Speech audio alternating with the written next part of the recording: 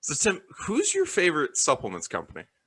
I know it's hard to tell, but I'm that guy that got sponsored and just didn't know how to act about it. I'm like a Trevor Wallace video come to life. Bucked Up, baby. Bucked Up is our first official sponsor. They make excellent products. We got some pre-workout here. We got some BCAs, got some pump. This giant ass thing next to my head is protein, which is delicious. And The size of your head. no, it's amazingly. I do have a big head. For those of you who have not seen the YouTube, I have a fucking huge head.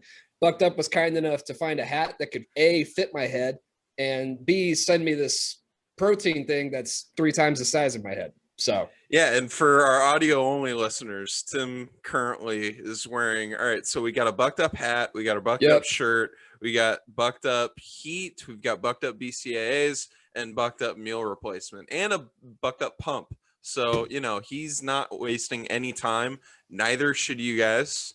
The code is capital T, capital A, capital N, capital D, capital T 20. That's TANDT 20. Tim, summer is coming, y'all. Summer is coming. Get these Bucked Up products. Let's all be looking fantastic at the beach this summer. And code TANDT 20, TANDT 20. And you can even get a hat to cover up your bald head like Tim is. Thank you so much. Buy some Bucked Up. It's great. The Tim and Tony podcast is brought to you by Tidal. Tony. Yeah. Hang on. Don't stop jumping the gun on me. Don't jump the gun on me. Tony, please tell the good people about why we love Tidal so much, other than the fact that they sponsor the podcast. Well, so the fact that they sponsor us definitely helps. But here's the thing. The most important part of it is that they make good shit. This shirt that I'm wearing right now, for all the YouTube people that are watching, not only does it look cool, it is extremely comfortable. It is one of the most comfortable shirts. If not, you know what? No, I'm going to say it. Hot take here. It's the most comfortable shirt I've ever worn in my life. And I tell you what, I want like 9 more of them. So Tidal, if you're listening, I need some more because it is absolutely fantastic. They also make a very comfortable hoodie. Get their logo in there right there. It is awesome. It's very soft. I wear it to bed sometimes. But yeah, the shirt's fantastic. They got a lot of good stuff. Their shorts are great. And yeah, I've heard, obviously don't know, but I've heard that a lot of their women's stuff is very comfortable as well. And I'm going to take their word for it because I trust the women that I've heard that from. So, I mean, Tidal's just great and it's affordable. Like, that's one of the main reasons why we signed up with them is that they don't charge, $97 for a pair of socks. It's great. And, I think you guys should try it. And here's the thing, Tim. The most exciting part of this whole thing is that we can get you guys a discount.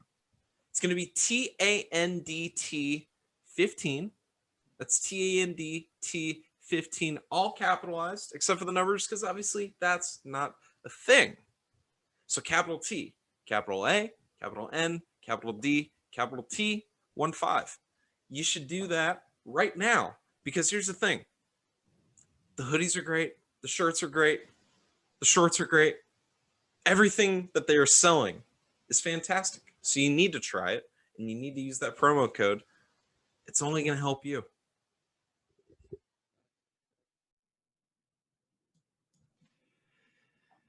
So Tim, who is taller, Leonardo DiCaprio or Brad Pitt? Who's taller? I think Leo's taller, isn't he? Leo's like a secret tall guy. He is. So do you know his official Wikipedia listed height? I believe he's 6'1" officially, isn't he? So he's 6 feet. You want to know what Brad Pitt is? Okay. I don't remember if Pitt's like actually a short guy like Cruz or if he's just a normal like 5'9", 5'10". I'm gonna go with 5'9". So he's 5'11". Okay. Before I saw this movie, I thought, wow, they're at completely different heights. In my head, Leo was like 5'6" and Pitt was like 6'5". Why? I have no idea. It's a lot of the camera stuff that they're doing in this movie. Yeah, but you're right. I have no idea. This is obviously the first movie that we've ever seen them right next to each other, and I actually kind of had that thought, like, how huge is Brad Pitt? But I did know in the back of my mind that Leo's like a secret tall Hollywood guy. Yeah, it's great because, and I thought there was going to be a height mismatch and they were going to have to like figure that out, but no, they're, you know, and in a few scenes they actually look alike, because that was one of my biggest like worries about the movie when I heard that, you know, Brad Pitt's going to play Leo's stuntman in this movie. I'm like, they don't look anything alike, and they're completely different heights. They're both alike, incredibly, and they're the same height. I was gonna say they're both incredibly handsome though, so that goes a long ways. Like, do they look alike? No, but they could both steal your girl in a heartbeat. So, and in honor of doing a review of our very first Brad Pitt movie, I'm gonna be just every once in a while, just go ahead and throw some food. Just go ahead and throw some food in my mouth. He doesn't really talk through it. He doesn't do it in this movie, but he does it a lot. He lets it really build. My favorite one is in, I believe it's Ocean's 12, when they're at one of the hotels, and he's just like taking an entire bite of a fucking sandwich to the face, and he's still delivering his lines as though it's an Oscar performance. So it's unbelievable. He's the only guy that can like be eating just the greasiest, nastiest shit and still look completely suave and under control. It's unbelievable. Yeah. So, without further ado, Elvis Monroe, please play us in.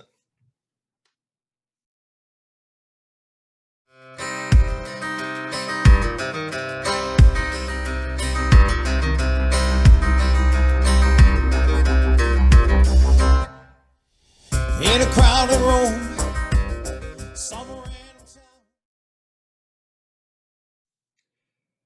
So, Tim, the movie is the 9th film from Quentin Tarantino. Once upon a time, in Hollywood. How did you see this movie? We both saw this movie. I think there's a good story behind this. So I texted you the night of the Thursday night premiere. You were living in Vegas at the time. I was in LA. And I was like, hey, this guy from work can't go. He has tickets to the ArcLight to go see Once Upon a Time in Hollywood. And he can't go. So he gave them to me. Yeah. And you're like, oh, I'm going. I'm there. Like, you already started driving at that point. Like, I'm pretty sure you like walked out of work at that point. It was just like, yeah, I'm on my way. So we saw this. There's actually some truth to that. So I was in a meeting with my boss, and you had texted me like 9 times, and I forgot to silence my phone, and my phone was on the table just on the other side.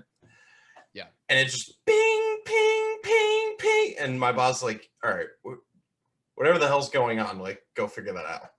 He's also a big movie buff, which he might even be listening right now. And if he is, what's up, John? Good to see you.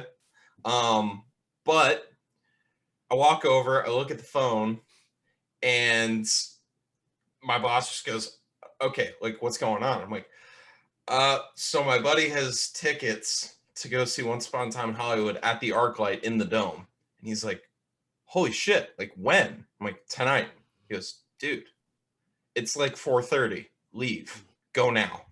Like, you got, what time? I'm like, about 10, 11 o'clock. Yeah, go right now. Like, you got to get there. So I rush home, change, and then just start hurtling in the desert towards LA. Hit like 3 or 4 different pieces or accidents. It was an awful drive. One of the worst drives of my life, even though generally the drive from Vegas to LA is usually not all that terrible. It's only generally about a 3 hour, 45 minute, 4-hour drive. But my God, that sucked. And so then we get to the theater, get a couple drinks in me. What was the worst part about this theater, Tim? Because the experience was fantastic. Yes. The experience of it was fantastic. It was really cool. But what was the worst thing about it? neither of us had done it before. And so going to like a premiere, especially this movie, which is about old Hollywood, literally in Hollywood at its most famous movie theater. There was a couple of the Manson sisters, I believe that they're called, that were in the theater with us who like stood up before and, like introduced themselves, and it was unbelievable. But halfway through the movie, no, even halfway. Hold on. I had not gone on my, shall we say, weight loss journey thanks to Bucked Up yet. Those seats were so unbelievably small and so unbelievably uncomfortable that like I was on edge the entire movie. It was terrible. Incredible theater, incredible ambiance, incredible experience. The seats are terrible. I don't understand why, but in California, the seats are terrible. I don't know why you're trying to embroil me into the controversy with the ArcLight, because for those of you who don't know, they are allegedly going bankrupt and are allegedly not going to open it again, which to my cynical brain is a cynical way to get somebody to pay for it, to buy it out. But I love how people tune into a podcast to listen to one of the most seen movies of the last 10 years, and they just get our theater story. But it's almost over, I promise. It is. Just stick with us. So, like 3/4 of the way through the movie, just before they show the actual ArcLight in the theater where they go through that montage, the entire theater goes black. Now, keep in mind, I think this was like a 1 a.m. showing to begin with. Was it? Yeah, I believe it was like a 1 a.m. to start. All right. So it stops around 3. It takes them an hour to get their shit together and turn back on the movie. Meanwhile, we're in this super crowded theater with all these sweaty, nasty people. This is pre-COVID. They're angry. They're like starting to fight each other. Like you can hear people yelling, "Shut the fuck up!" and like just crazy stuff. And the great part about this one was we were seeing it in 70 millimeter. Like it was really cool. But then I forgot to mention that. But then the projector just takes an unbelievable shit. Right. And so they finally get it back on, and we finished the movie. And then I went to work 3 hours later. Yep. I drove to San Diego, crashed, and woke up at like 3 p.m. and you were almost done with work. I'm like, God, dude, I feel great. And you were feeling like a horse's ass. So it was a fun time. It's unbelievable. I mean, the thing with that theater is, and this is, you and I have been on this train for a long time with the theater business is going to go away. We were on this before COVID. The thing with that theater, though, that it reminded me of is that there used to be a sort of experience to go into a movie theater. You would get dressed up. Yeah. There was an ambiance to it.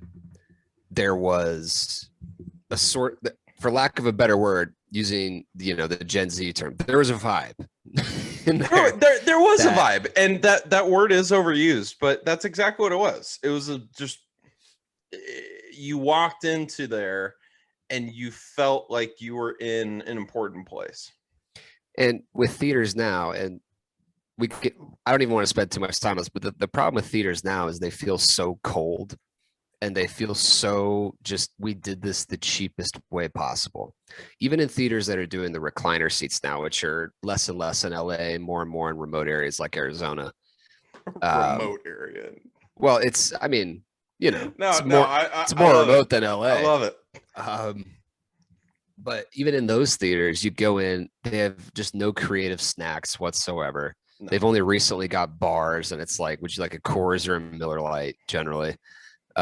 With some house wine. That's it. The food sucks. The seats are, they're comfy. They're more comfy now. But I mean, the screens, we all have that technology now in our house. The sound isn't even that impressive anymore with sound bars. Yeah. The experience just isn't there. So anyways, that's to say, we went to one of the premier landmark movie theaters in LA. We saw this movie that, as if you watch the bonus features on the Apple version of this movie, they slammed it down your throat that this was a love letter to Los Angeles. And it was, and it is, and it is, and it was a great experience. You just got to get better seats and hopefully not have a projector that shits itself. No, I agree. And, before I get into the facts that our research into this movie, one of the things that Tarantino, if he gets criticized for anything, it's this, and it's that he rips off a lot of tropes from Scorsese. Oh, I thought you were going to get into the feet thing. Okay. I've been watching a lot of the old Scorsese stuff. Like, what'd you say? I thought you were going to get into the feet thing. Okay. No. I've been watching a lot of like Color of Money, Goodfellas, stuff like that recently. And it's interesting that Tarantino basically made this movie to be his version of like a Goodfellas, with a similar type of dialogue and narration over the top and freeze framing, weird camera angles, right. always an undertone of violence. But the biggest difference between these two is literally the geographic regions with which they're obsessed. Scorsese is obsessed with the East Coast, and that infiltrates every single part of his movies. Tarantino's a West Coast guy, so almost all of his movies take place out here. And there's just a completely different culture to their movies simply because of where they're geographically located, even though they clearly steal from each other almost constantly. Yeah. So another thing that was cool seeing in the bonus things was learning about a couple just like production facts. The Cadillac that Leo drives, it's actually the Cadillac from Reservoir Dogs, which, it's one of those little details that's just really cool. And, he went to great lengths to have all the cars, obviously, period, but not only the cars, but was it Hollywood Boulevard that they had? Yeah, and just with the car, it's Michael Madsen. He actually owns that car, and he's the one that drives it in Reservoir Dogs. But yeah, it was Hollywood Boulevard. They shut it down for an entire. They had to do all this convincing for all the shops on the street on to get them blocks. Yeah, to get them to retrofit their stuff. It took them forever to convince them to do this, which is whatever. They finally get logistical undertaking that is. They got Starbucks to be cool with this shit. Like that's insanity. I know, but then, after they do it, these guys don't want to take it down later because they realize how cool it is. There's now a nostalgic factor to it. I mean, and that's with LA in general. So many of the city has been gentrified and turned into this high modern glass, steel, cold feeling to it. That these old logos, they just popped, and they just worked for all the old time LA people. It was just a breath of fresh air. But so yeah, they didn't want to take them down later. Yeah. Fortunately, they didn't have an option because they technically didn't own the old signs that were put up. But yeah. And then one more note from the featurettes. Then the truck that's in the FBI episode, that's the exact same truck that was actually in the episode. Like they just Tarantino and the production people were just calling around, and there's like, oh yeah, we still have the truck. Like you mean you have one of the trucks? No, we have the truck sitting in a warehouse. Do you want it? They're like, yeah, absolutely. So they just use the exact same truck, which is, they're trying to make it look as real as possible. And some people just assume that they CGI'd, superimposed Leo into the actual episodes. No, they filmed that shit. They went in and they filmed the scene with the Great Escape. They filmed that FBI episode. They filmed all that stuff, and it looks incredible. Yeah, and if you're talking about shutting down streets, I mean, I think this one's actually even crazier. They shut down a portion of the 101 near LA, which both you and I were driving on. They shut down the entire length of the freeway from 12 a.m. to 2 p.m. for that quick little sequence with the period cars where Cliff is like driving off the exit into Van Nuys. Yeah. Yeah, they shut down the entire freeway for 2 hours. Like it was during the middle of the week, but obviously LA is kind of like New York in that there's always stuff going on. So I was just trying to imagine what I would have been experiencing if I just all of a sudden the freeway was fucking shut down and had to go through surface streets in LA. Maybe that's what was going on when I got redirected last week 3 times off of the 101. Anyways, you were saying the scene when Brad Pitt's driving to Van Nuys, that Volkswagen is awesome that he's driving. And they sanded it a little bit. They put like a little fake rust into it because, you know, he's a stunt man. He's not going to have a pretty car. He's just going to have a fast car. Right. That thing is awesome. He's not a working stunt man. No.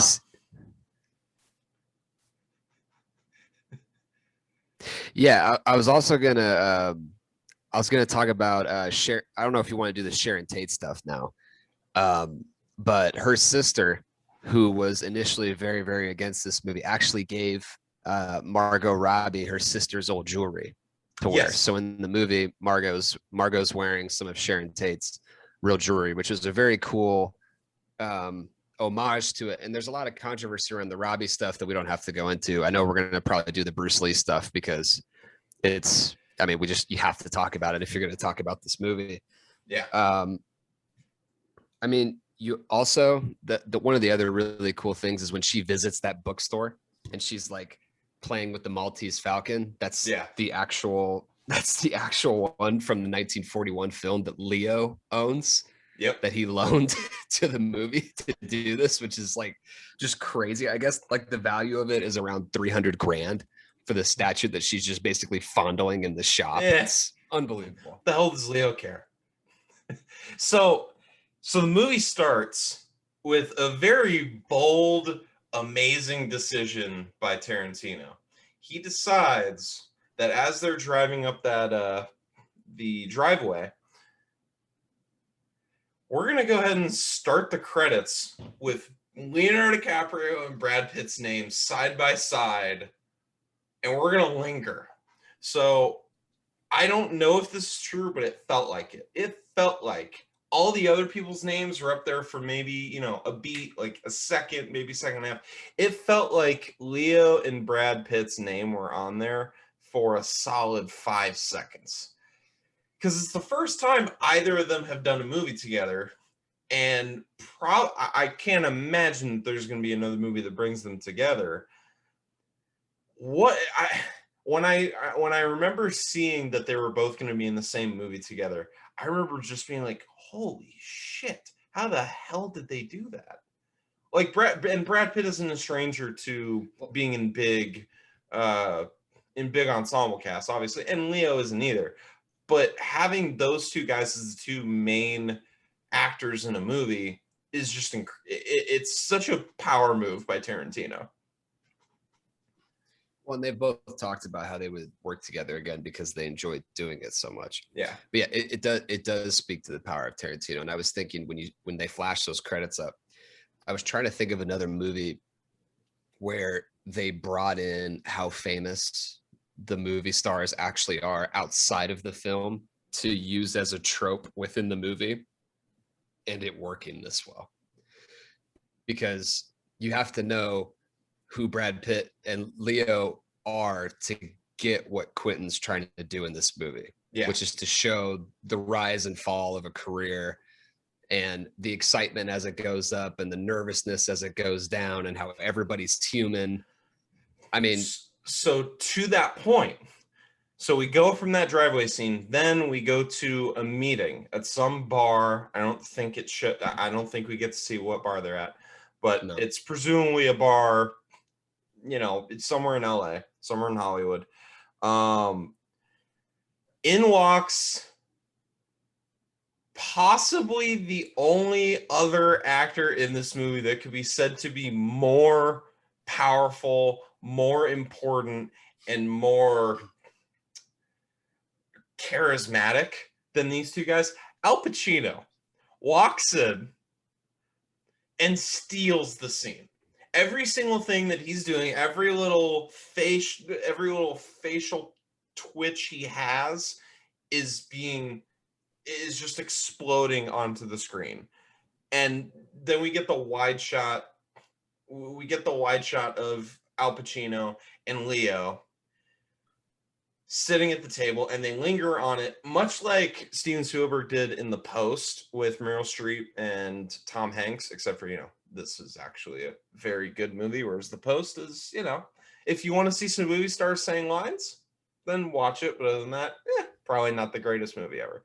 But we linger on that Al Pacino Leo shot, and it just shows, it beats a dead horse in that, hey, this is going to be an awesome movie. This is going to be a movie that has just people popping in and out, like Damian Lewis as Steve McQueen. Like, we're just going to be getting little cameos and people that are there to have fun and have a good time because it's Tarantino.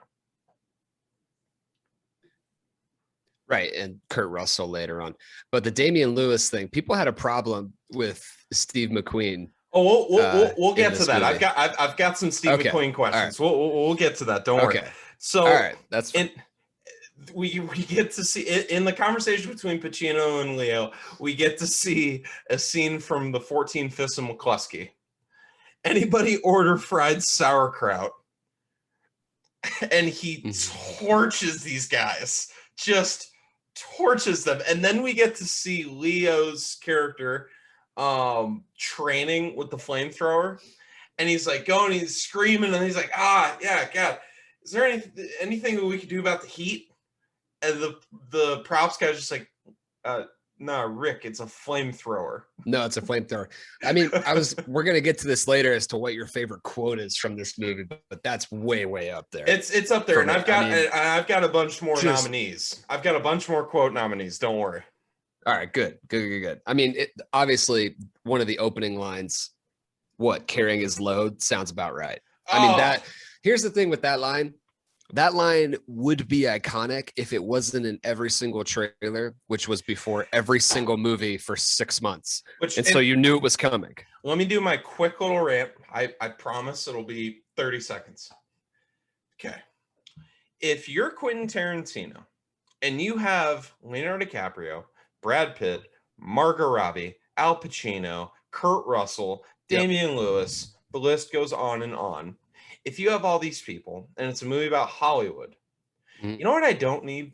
I don't need to know anything else. I don't need to know anything else. Star Wars. Please stop dropping trailers. Stop. Yep. Just say, I agree with this. This is the movie. This is the date. You're either going to see it or you're not. I agree with this. Nobody that's watching is like, oh, who's this Quentin Tarantino guy? Oh, he has 9. This is his 9th movie?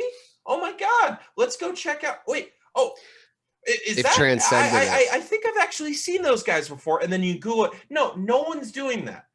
Just flash up Once Upon a Time in Hollywood. Here's the date, Leah, and then just like put up the cast as a flex and get out. Literally, I think we should have a rule. If you make your movie for less than $25 million, you can have a trailer before every single movie that comes out.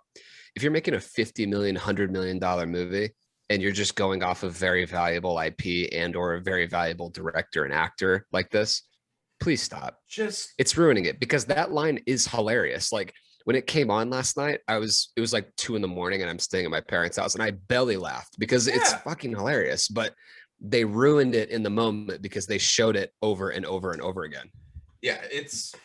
Anyways, it's, still a great line. So then we get a very interesting joke. We get Al Pacino making a Batman and Robin joke when he's talking to Leo about his career. And he's like, oh, who are you going to get beaten up by next week? The man from U.N.C.L.E., the girl from U.N.C.L.E., Batman and Robin. Like, that's seen as like a good burn. And how different the movie industry is now, where, I mean, if Leo was in a Batman and Robin movie, that would be one of the biggest things that could possibly happen. Right. And just Pacino's line where he's like, or do you go to Rome and star in Westerns and win fucking fights? It's just like, what? Yeah. Like, and then Leo, he totally like buys it, which is the best part. He goes to Cliff after he's like, told me the goddamn truth is what he did. It's like, what? I want to start goddamn Italian movies. Yeah, he says Italian, which again, I have to get this in now because I'm going to forget. Antonio Margheriti, who is the director of one of the Italian movies that Leo's in, is the alias that Brad Pitt used in Inglourious Bastards. Yes, it is. It's great. And that's when we get the line, and this, I don't want to spoil my quote of the movie, but this might win it. So Leo's crying, and Brad Pitt, it brings as much Brad Pitt charisma into it as he can. He hands him his sunglasses and says, "Put these on. Don't cry in front of the Mexicans." Yeah. And it's just like Leo and Brad Pitt's character very much distaste two people: Mexicans, yes, and hippies. Oh, it's overt to the point where the first time I saw this, I thought it was more of Quentin speaking about his feelings about hippies, because it is just like anytime they can get it in, they never just say the word hippie. It's always goddamn hippie, fucking hippie. Yeah. Just and so I think, just some sort of expletive before. Yeah. So I do think though that we can add Brad Pitt to the Kevin Costner list. I'm pretty sure we can put him on there, and we'll talk about the gratuitous shirtless scene on the top of the roof when that comes up. We'll get there. 5 minutes on that. Yeah. But I'm pretty sure we can confidently add him to that list. There's no question. I don't think we even really need to get into it that much. There's no question. So what I think is interesting is then we get introduced to Sharon Tate. Yep. We also get to see, Leo's talking about how, you got to own property in LA. And then he's talking about pilot season. Like all the characters are showing where they are in Hollywood, not geographically, but in popularity. We get to see the 3 levels of Hollywood. We get to see the top level. That's Sharon Tate. She's going to the Playboy Mansion. She's, meeting all these different people. She's in all these movies. She's just dating a famous director. Maybe not the greatest guy, but hey, you know what? That's neither here nor there. Nobody in this movie is. Nobody is. So we get to see Sharon Tate at the top level of Hollywood. We get to see Leo in the sort of middling, like, you were once a TV star who's tried to be a movie star. It hasn't quite worked out. And now he's at an impasse. Then we get Cliff Booth. We get Brad Pitt's character, who's just never really been even close to where Leo is. He's literally just been carrying Leo's load the entire time. He's his driver. His because handyman. Rick has too many DUIs. Yeah, he's his driver, handyman, and used to be a stuntman. But it's a lot easier just to call him a stuntman, because that's more of an all-encompassing term for what he actually does. And he lives in a trailer behind the Van Nuys Drive-In, which is perfect, just perfect. So can I just talk about that really quick? Oh, absolutely. I'm about to. Okay. Yeah. Okay, go ahead. Okay. Go good. ahead. No, because you're usually the one that's concerned about the well-being of dogs in movies. Yes. I have a lot of questions about who's taking care of Brandy during the day, because that is a large animal. It is. By the way, they use 3 different dogs to play Brandy. Okay. Which is kind of interesting because I couldn't tell. I was looking the whole time. Yeah. There's a very large animal. Yeah. Who eats a ton of food. That thing is going to shit everywhere. And this is the thing that I wanted to talk about. That dog eats better than Cliff Booth does, because Cliff Booth comes home from a whole day of working. Yep. And he eats a thing of mac and cheese and pours the entire packet of cheese into it. There is no way in hell that Cliff Booth looks like that while eating like that. Both you and I know how hard it is to eat right and all that stuff, and how you got to do it over a long period of time. You got to do all that stuff. He's got his bench out front, which is just great. I love it. Perfect. There is no way in hell Cliff Booth, looking like that, comes home and A, isn't having any protein for dinner, but 2, is pouring the entire cheese packet. There is no way. He's just slinging beers too. Oh my God. Yeah. Like he pulls out. He's just throwing back some old Chattanoogas. He's eating and drinking like a degenerate, but looks like an absolute Greek god for his age. It's ridiculous. It was frustrating. It's one of those things that directors who have never worked out a day in their life don't understand. Yeah. That when they have these characters that look that incredible, that it's kind of a hole in their system to like not have them being super conscientious about what they're eating all the time. Yeah. But I digress. I'm worried about Brandy. I'm very worried about that dog because that dog needs to get out and run, and he's in like an 8x12 trailer where he presumably has no doggy door. I'm pretty sure it's a girl dog. It is. Sorry, it's a girl. It is a girl dog. Okay. It's Brandy is a girl. I apologize. Yeah. Yes. Very concerned about the dog. There's no way Cliff can afford a dog sitter. No, or what's the app that you can get a dog Rover? Walker? Yeah, there's no way he's, hopping onto something like that, whatever the taxi version of that is that they had in the 60s. And he has no neighbors. So like that would be the one crutch you would have. You just get the neighbor kid to, give your dog a walk, especially a dog that's as trained as Brandy is. Like she's not going to do anything to the kid. And so, Brandy's just out there. She's just out there living. Yeah, no. Did that bug you at all though? That Rick, so Cliff is like his driver because Rick has too many DUIs. Did it bother you at all that like he doesn't receive some sort of stipend or salary? He just gets to stay in his house whenever he's out of town. I'm pretty sure he does because when fast forward to at the end of Leo's Rome run, he says, "Yeah, I don't think I can afford you anymore, Cliff." So I'm pretty sure he's paying him. Yeah, no, I think you're right, but it was. I just because I'm going to that scene. Not a lot. That's what I'm saying. It's not a lot. It's probably not even the going rate for a taxi. And I mean, Pitt gets to drive this really cool car around LA, which, to be honest, that's way up there. We've had the opportunity to do that one time. It's very fun. And he gets to drive around Rick fucking Dalton. It's great, and he gets to be Rick Dalton's hype man. Yeah, no, you're right. It's good. And he can, allegedly hang with Bruce Lee in his dreams. Yeah. Oh, well, again, hold on. We'll get there. So the one little bit of film nerdy shit that I wanted to just kind of say, and then we can move on from it.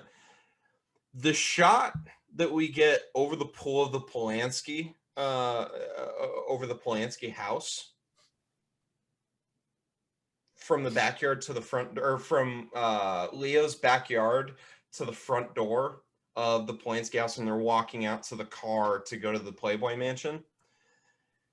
That shot is incredibly hard. They had an entire little featurette about it where they're on this crane and they're going over the entire house, and it has to be timed at a perfect little thing because Margot Robbie and the actor that played Roman Polanski, I don't know his name, sorry. But they don't know when they're actually in the frame. And so they have to know at what exact point when the crane is going over the house to walk out and all that stuff. It's such a hard, ambitious shot to do. And of course, because it's a Tarantino movie, and I believe the cinematographer's name is Bob Richardson. Because it's them doing it, and Margot Robbie even says in an interview, the fact that I got to work with Richardson in this movie is absolutely incredible. I was shocked that I even got to meet the guy. He's a legend in movie circles, and it just perfectly did it. So you've been wanting to get to the mansion scene. So the Playboy Mansion scene. We get there. We get Damian Lewis as Steve McQueen, which should have been way cooler. But now my interaction with Steve McQueen has been, in Bullet, in all these movies where he's super cool, super debonair, super thoughtful. He's, the strong silent type. We get a version of Steve McQueen that's sitting on the edge, gossiping about Roman Polanski and Sharon Tate and Jay Sebring. It's a tough look for my guy. It is a tough look for one of the most iconic actors in American cinema. Yeah, that was kind of my belief as well, is that Steve McQueen is allegedly the guy that's interested in everybody else's gossip and knows what's going on with Sharon Tate, who was famous, but not like incredibly famous. She's having to walk up to the box office to get a ticket and says, I'm in the movie. And the person goes, yeah, no way. That's not you. No, I know. And hey, can you stand next to the poster so that everyone knows it's you and all that shit?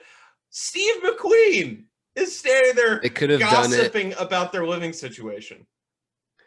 I know that literally anybody else could have done it. I mean, the only reason that it's in there is to explain. That's kind of how they bring in the realness of the movie, which is why Manson had the hit ordered on them, was that they were now living in the house where the guy before had denied him like a record contract or something. Yeah. But it had nothing to do with them. They had just moved into the house. Right. So that was the only choice in the movie that I'm like, you could have explained that she has an interesting sex life in a myriad of different ways than the one that you did. And that whole scene, the first time you see this movie, one of the things that sticks out is it feels like Margot isn't being used correctly in this film. And I know that there's a lot of arguments about this. When you watch it the third and fourth time and you realize Tarantino calls this his most personal movie he's ever made. And that is clearly true because everything is attuned to his taste in this movie. But with her, that she is like this ascending angelic like figure who just kind of presides over this movie, where as everybody else is going like this in their career, she's the only one that's really going like this. Right.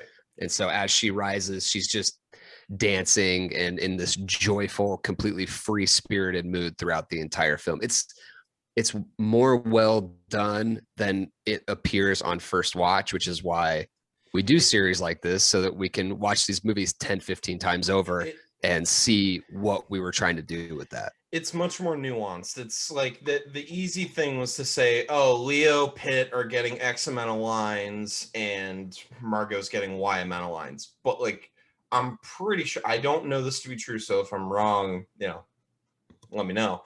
But I'm pretty sure their screen time is about as even as you could get for having 3 of this level star on the screen. But I digress. So, okay. So then we leave the mansion, and then we get to Cliff Booth driving Rick Dalton to the Lancer set. There's a lot that happens on the Lancer set between Julia Butters, the director, the Rick Dalton in the trailer scene, but this is where we get the first "you're Rick fucking Dalton" thing, and it's great. It's something that keeps coming up throughout the movie, and it really starts the Rick Dalton is very unsure of himself, is very insecure, is very much hoping to cling to something that he either almost has, barely has, or never truly had at all. Is Brad Pitt's character the best friend that we see in any movie that you can think of? Well, see, that's the thing, is that Pitt comes out of this movie being so likable, even though we get the line from, I think it's Reynolds, who's like, yeah, the dude killed his fucking wife. Again, we're about to get to that. So it's like, he's this awesome friend, I guess, but he trained his dog how to kill at will. Like, that dog doesn't understand that these people are evil. He's just killing because he heard the command. And he's super trained. We know that because when he's in the trailer, Pitt does or whatever, like whatever sound he makes, and he just goes right for the food after sitting there patiently. Yep. So, I mean, is he like the world's most awesome guy? No, I think we all just like Brad Pitt. I think that I think he needs money, and I think he likes picking up girls in nice cars. I think that's what he's in this for. Yeah, you know what? You might be right about that. I might need to pump the brakes on that take, but who knows? So we get to meet the director of Lancer.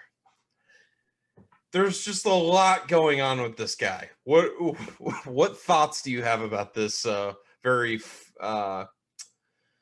excitable human being?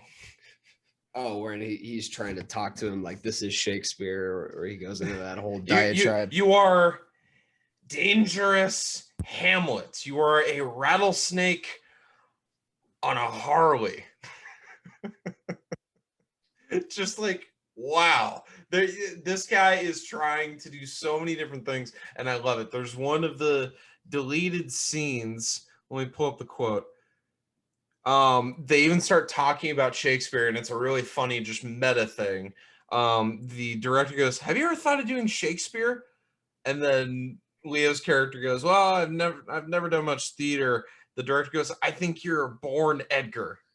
And then Leo just goes, "I haven't read much Shakespeare," which is just great because, you know, he was in Shakespeare in Love and all that stuff. So that I very much enjoyed that. But this is when we first really get to see. So it's Leonardo DiCaprio as Rick Dalton, as I forget what the character's name in the show is, something Dakota or Dekatu. Yeah, like, Dekatu. Leo is playing two different characters in this movie. But not only that, so he's playing an actor who's going about his life. He's playing an actor who's playing a TV character.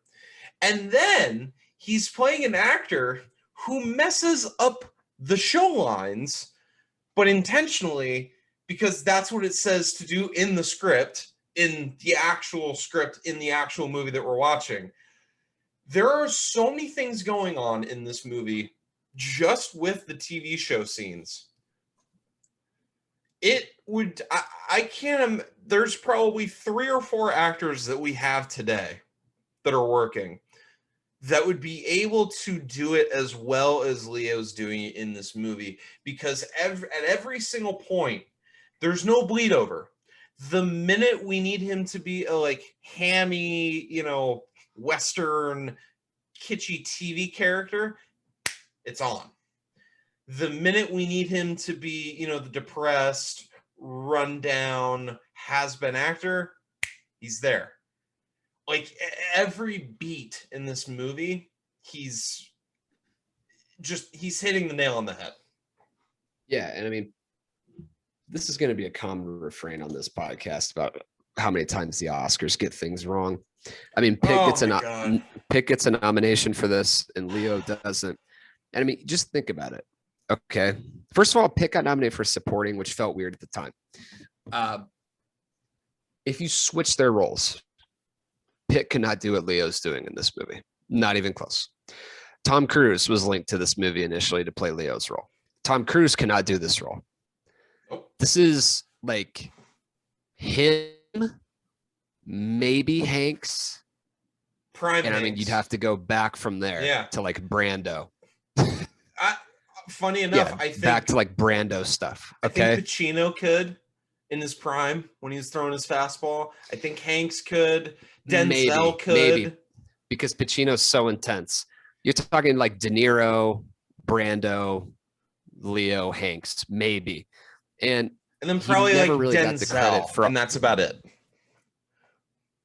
Yeah, he never got the credit for all of the things that he's doing in this movie, where he's fucking Leonardo DiCaprio, and he's playing a movie star, which is who he is in real life, but he's playing like the has-been version of himself. The bad has-been what-if career of himself. And he's doing it flawlessly, and then he slips into his Django character for 5 minutes. Yeah, it's like awesome. It's fucking awesome. Just not nearly as many N-words, thank God. But Jesus. Yes. It's awesome. And like, I'm not gonna hurt her. I just want to hear her play the fiddle. Like, and he's just so pissed off. And it's just it's great. I know, but he's also like a doofus in that because he's still fucking up lines.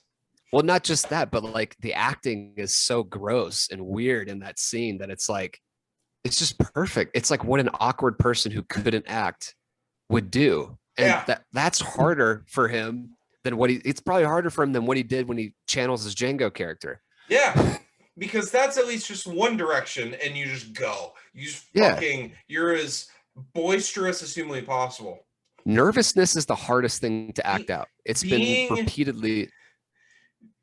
Being a good actor, one of our best actors, that's then being asked to portray bad acting, which is in and of itself good acting because that's what the script is calling for, is so nuanced and would be just completely fucked up by 99% of level of yeah, it's incredible. So yeah, no, the level of difficulty on it was ridiculous. Yeah. So then we go to, Brad Pitt or Leo says, oh, the gaffer on this is actually a friend of someone who's on the Green Hornet. So like, they're not going to want to use you. Like, so just, kind of get out of here, go about your day as you were. So then we go to Brad Pitt at Leo's house.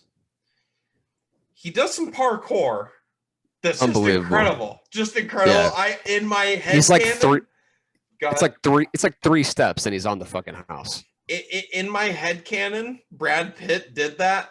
I know better, but in my head, Brad Pitt's just able to fucking pop, and now just casual stroll up to the TV antenna on the roof, and then, much to the enjoyment of the females, or people that find Brad Pitt attractive, which I'm going to go ahead and say I'm one of them.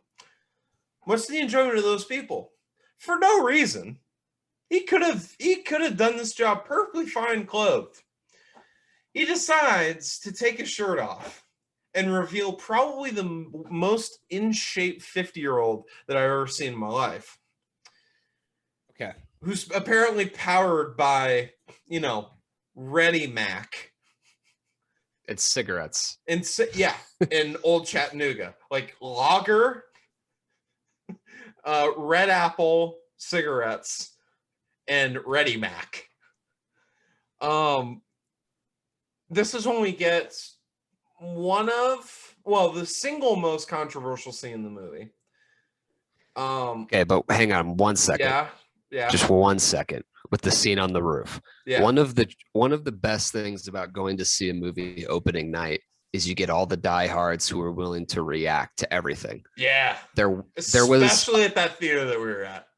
There was a lot of laughing at the right scenes. There was a lot of oohs and ahs at the end. When Brad Pitt took his shirt off, the theater was part like part like clapping, euphoria. It was like when everybody realized, holy shit, this guy's still got it, and he looks better than, I don't know. He's in like the top 0.01% of body physique still. It was what I would imagine if you're Mission Control when we first landed on the moon. It was much. I would imagine that's what the reaction was. Where it was a mixed reaction of all different types of excitement. And the technique is incredible. Yeah, it's the technique where he pulls off two shirts in one just unseeming motion, like from his back. It's the level of difficulty. Like, I think he should have gotten supporting actor just for that. Yeah, and okay. It is a very difficult achievement to, at any angle, look good. One of the worst possible angles, one of the worst possible angles that you can possibly have is when you're like hunched over yourself trying to take a shirt off. And he looks incredible. Like, it's just, it's fantastic. So anyways, I'll stop lusting over Brad Pitt. So then we get the bucked up he took. Yeah, it must be bucked up. And what it was he was wearing a very comfortable, I'm sure. It was a champion shirt, but maybe Tidal had something to do with it. Maybe Tidal actually made the shirt. Who knows? But it looked like a very comfortable shirt. But what I do know is that if we were doing this, if we were running these ads back in 1968. I do know that Brad Pitt would have used 2 different promo codes though. He would have used TNDT 20 for the bucked up stuff and TNDT 15 for the title stuff. But anyways, the dream sequence, or who knows? It's a dream sequence. Okay, so we go to the Green Hornet set. This is where Brad Pitt's sitting in a lawn chair outside of Leo's dressing room. We get introduced to Kurt Russell. And it's like, oh, hey, Cliff, you're still with Rick? Yeah. And yeah, he's in there, just knocking on the door. He goes in. Kurt Russell doesn't like Cliff Booth's vibe. And we then come to find out that it's because the wife doesn't like his vibe. And this is when we get really our only little bit of background on Cliff. That he may or may not have killed his wife. No, he did. May or may not have. Definitely did. Hold on. He definitely did. So then we cut to Brad Pitt in a wetsuit on a boat with his then wife just getting yelled at, berating him. Yep. Berating him about just his entire existence. Again, cracks a beer. And he's holding the gun. Yeah. Yeah. He is. He's holding the gun and pointing it at her in his own recollection of the event. And it's great. And then it just cuts back. And Leo's entire defense is, oh, come on, he's a war hero. No, he first says, oh, come on, you don't believe that shit, do you? Yeah. He's like, yes, and my wife does too. And more importantly, my wife does too. Yeah. And then Rick just goes, he's a war hero. Come on. Well, he's fine. He's cool. He's with me. He's cool. So I was gonna ask the question, but you kind of already asked it. Did Cliff kill his wife? Yes. I'm sure he did. There's no question that he did. I don't see a scenario in this world where that didn't happen. So then we get to, I mean, he makes the comment later. Jesus, hang on, Tony. Calm down there. He makes a comment later where he's like, what I am is too old to go to jail for some pootie tang. Prison been trying to get me all my life, ain't got me yet. So yeah. definitely killed his wife. He did. He's been avoiding prison, and he was on a chain gang in Houston, which brings us to the problematic scene with Bruce Lee. Bruce Lee's family came out and was not a fan. The portrayal of Bruce Lee, they said, was not accurate to him. He, in the scene, talks shit about boxing. Muhammad Ali. And he talks shit about Muhammad Ali. The family said, essentially, I'm paraphrasing, that, Bruce idolized Muhammad Ali and would not have said that, he would have, I forget what the actual word is, but he would kill him in a fight, basically. And then to use that's what he says. To cripple him, yeah. And then the stuff that he said, to use his, patented kick in just like a random fight with some random stuntman as a flex, probably not what Bruce Lee would have done. So, okay. So I have the quote. Bruce Lee's daughter is the one who issued the statement. Yeah. While I understand the mechanism in the story is to make Brad Pitt's character out to be such a badass that he can beat up Bruce Lee, the treatment of my father in this scene as an arrogant, egotistical punching bag was really disheartening, and I feel unnecessary. Tarantino seems to have gone out of his way to make fun of my father. Okay.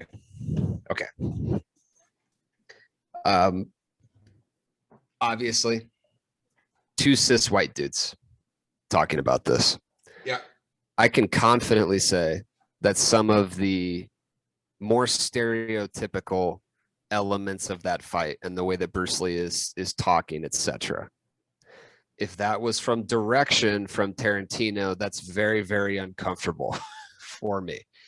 It is obviously obviously a dream sequence. It is not meant to actually represent Bruce Lee, as evidenced by when he throws him into the car basically shrivels into like a trash ball. What the fuck happened to my car? Yeah, exactly. Okay. And in the end, it's a draw on a fight, which, as we know from watching Fast and Furious, is a very big deal when it's a draw as opposed to somebody winning. See Vin Diesel and The Rock. If he was trying to make fun of Bruce Lee, I'm okay with that. Nobody's above being made fun of in my mind. Now, if he was trying to do racial stereotypes to do so, that's where it gets uncomfortable for me. But if you're going to make fun of a guy for being an arrogant prick, I'm okay with that part of it. Which I do think that it would be kind of not really in Tarantino's character to make fun of specifically that type of fight style, given that he's devoted a couple movies to that entire. Yes. Anyways, I know. But if they were using stereotypes to make fun of it, yes, both of us are comfortable saying that's fucked up. They shouldn't have done that. 100%. If they were just trying to make fun of Bruce Lee as a person, I don't give a shit. Like he's a very, very famous guy. He worked really, really hard to get where he is. I don't have a problem with making fun of him.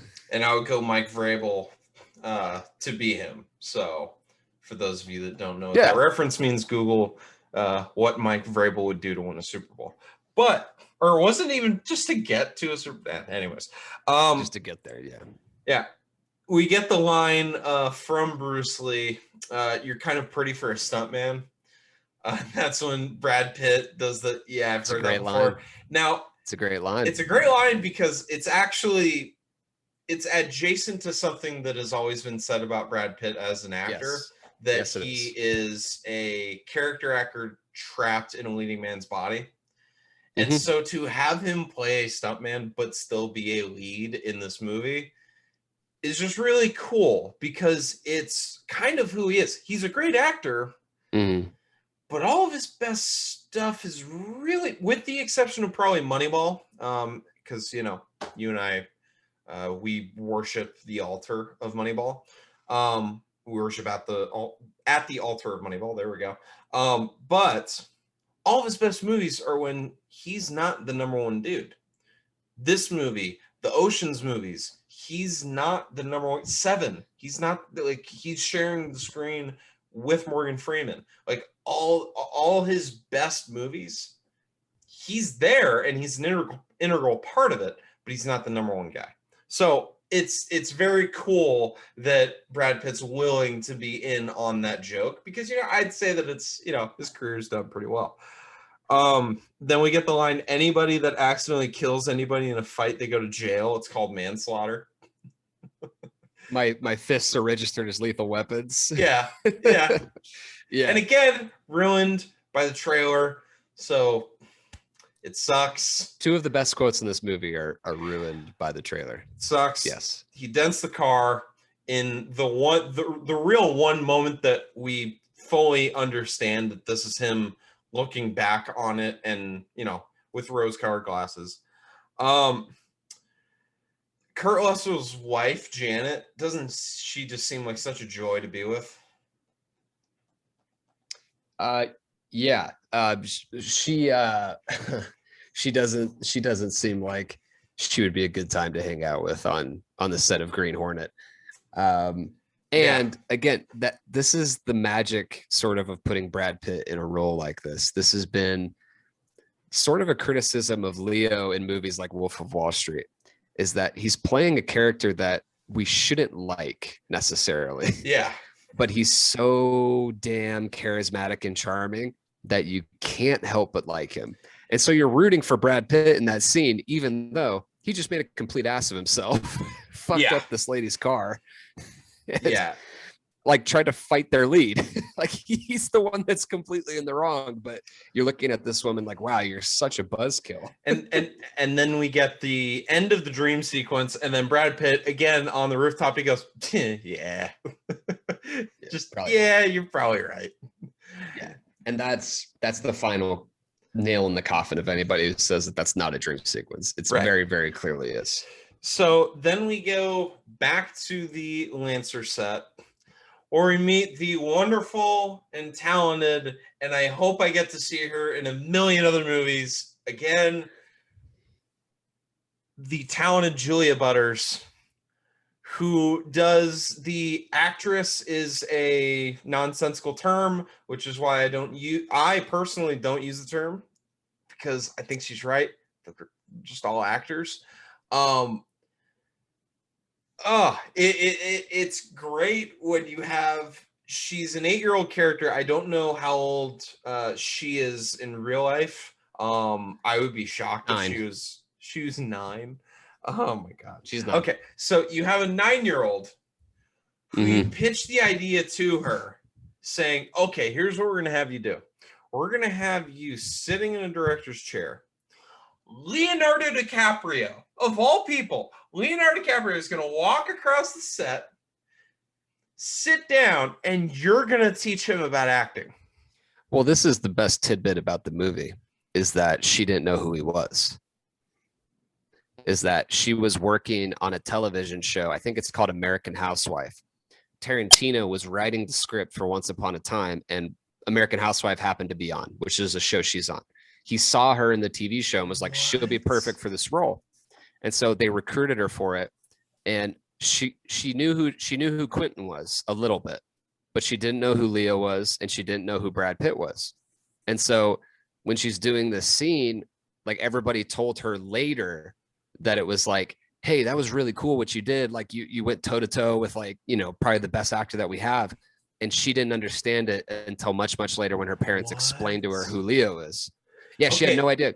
Okay, And so obviously the YouTube audience is getting to see my facial expressions right now. For our audio only listeners, my mouth hasn't closed since Tim told me that. That is incredible. And it makes the scene make more sense, because my god, she has no fear in that scene. And none. Leo in an interview compared her to young Meryl Streep, which is what? Yes, you look this up. This is completely true. I swear to God, this is real. Oh, in an interview, God, he calls her young Meryl Streep, which is from him, like from somebody who actually knows what he's talking about. And he was a child actor. Yeah, to give her that kind of praise, there's no way that we don't see her. Wow. It's actually impossible. But yeah, she didn't know who he was. So when she did the scene, she doesn't know who that guy is. It's just, she knows who his character's supposed to be, and that's it. And that's why she's able to kind of dominate him in the scene. Wow. Yeah. Wow. Really interesting stuff there. Wow. Okay. That's incredible. That's, man, that makes me love her even more. That she was just, I'm doing my thing. I'm here. I'm here for a job. You want me to yell at this guy? Cool. I don't know who this guy is, but you know, I'm not going to break character, and you know, I'm just going to do it. And you know, if I can just be a little bit better, I think I owe it to the audience to be just that much better. So no, I'm not going to eat. I'm 8 years old. I'm not going to eat lunch. Right. And for the people who are going to do the freak out thing that this girl doesn't know who Leonardo DiCaprio is, like they did with Billie Eilish. Leo hasn't made a movie in the last 9 years that she would have seen. So calm the fuck down. She's 9. She's Who 9. Who gives a shit? I know, but this was Billie Eilish's thing when she didn't know who, like, I forget who it was. It was like AC/DC, like the lead singer. She didn't know who it was. Calm the fuck down. Y'all need to relax. Okay. See, here's the thing. When people in 30 years, if I lose my mind because, you know, not my kid, because, you know, that's not going to happen, but your kid that you have out of wedlock, when, and, you know, your daughter more specifically, when your daughter doesn't know who Christopher Nolan is, my reaction is not going to be, you seed of Satan. What the hell is wrong with you? No. That's not going to be what I do. No, it's here's some reading. Here's some material. You know what? I get to be now your usher through this really cool thing. Now I get to tell you, all right, you get to watch X, Y, and Z movie and you get to enjoy it because it's great or whatever. But if your initial reaction is you piece of shit, well, great. Now they're probably never going to watch it because now you're the face of that and you're an asshole for making them feel bad. You're like gatekeeping good movies. Like, yeah, congratulations. That's just awesome. And sorry, I have one more thing on this because I was at a dinner the other day with like 8 different people. And they found out about this podcast that we have, and they were asking me about my favorite movies and stuff. Which, by the way, if all they're of watching, them, welcome in. Yes. Or listen. Everybody at the table was like, well, I don't want to tell you like what my favorite movie is because you'll look down on me. Movie shaming is something that should die quickest. Like literally, if your favorite movie in the world, and I know people like this, is Transformers by Michael Bay. I hate that movie, but that's not going to make me like think less of you or shit on you. Just tell me what you're into, which is why when we've had guests on this show, we've done films that people wouldn't think are super popular films. It's because those are movies that the guests themselves picked that they enjoy. Like, if you enjoy it, I'm sorry, I just don't give a shit. Like, is it illegal? Is it harming anybody? No. Enjoy and watch what you want to watch, and I'll talk to you about it as much as I know how. I haven't seen everything. I've seen a lot of things, but if I've seen it, I'll talk to you about it in a very respectful manner. And to that point, we're about to be doing a review of one of the most popular movies that's ever been made in American film history. Neither of you have ever seen it. Yeah. And that's okay, because you and I have only been around for so many years. So yeah, it's probably gonna be more likely that I've seen more of, I don't know, of Christopher Nolan movies than of Coppola or of Orson Welles, Hitchcock. Yeah, exactly. Like, it's obvious because I can go to a movie theater and it's exciting because it's happening right now. Or it's like, yeah, is Citizen Kane one of the best movies ever? Hot take. Yes, it is. But that's not new. It's not exciting. Have I watched it? Yes. Have I very much enjoyed it? Yes. But then when I have opinions on it, it's like, yeah, bro, that's what people have been saying for 80 years. And it's not all that fun. Like, I'm sure we're going to end up doing Citizen Kane at one point or another. But, like, if there's some Hitchcock movie out there that I haven't seen, and you call yourself a movie guy. Yeah, sorry, bro. I haven't seen every one of them. Yeah, I haven't seen every film. I haven't seen every movie. Convince me to watch it. Yeah, like, don't do the as opposed to yeah. No, if we can bring one thing into the world, let that please be stop movie shaming. Watch what you want to watch. Like what you like. We're very positive. We're trying to be two very positive additions to the movie review film critic arena. Just because I said Draft Day sucks, doesn't mean I'm gonna shit on Q, who loves the movie. We had him on, we had a fun time, we had a good conversation. Anyways, back to the movie.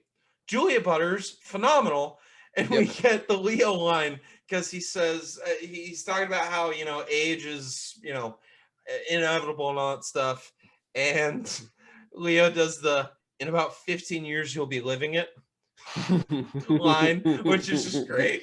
It's incredible. Well, there's one other one, and I'm sorry if I cut you off and you were going to get to it. No. I mean, probably my favorite line that she utters is she's like, "What's it about?"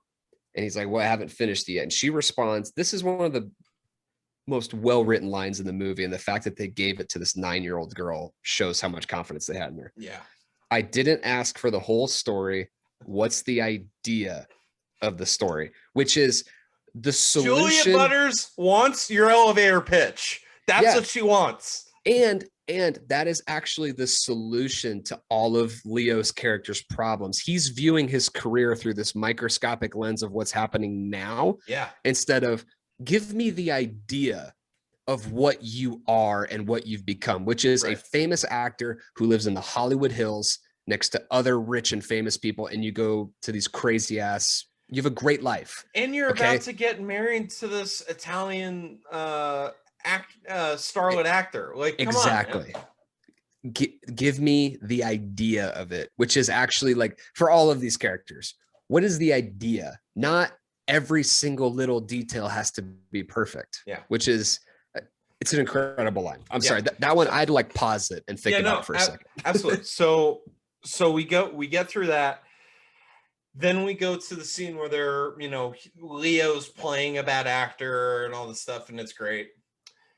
He messes up a bunch of lines and goes to the trailer, which is a non-scripted improv scene. Leonardo DiCaprio says, and by the way, even him messing up the lines, that wasn't in the script. Leonardo DiCaprio had the idea, hey, I'm going to fuck up these lines because that's what this actor is going to be struggling with. He's a good actor, but he's just in his head so much that he's going to fuck up a bunch of stuff. And Tarantino's like, all right, I mean, that's not what I wrote, but yeah, fuck it. Let's try it. And they watched it, and Tarantino's like, oh, yeah, that's 1000% going in the movie. And then Leo takes it a step further and says, okay, now after that scene, they're going to take a break. My character is going to lose his shit. He walks into the freaking trailer, throws what I think was his shoe, hat, something, and just starts screaming at himself. And my favorite part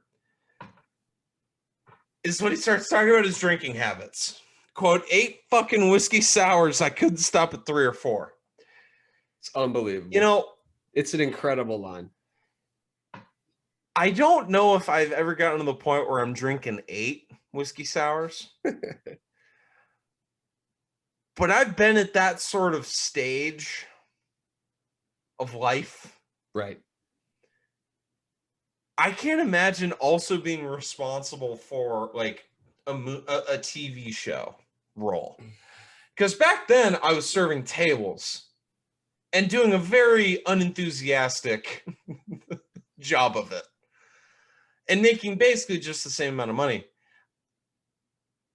It's such a cool scene. And then we get the very cool shot of he's looking into the mirror, but the reflection is staring right into the camera, where because the angle is that because of the angle, and he goes, I'm gonna fucking blow your brains out all on the sidewalk or all across your house or something.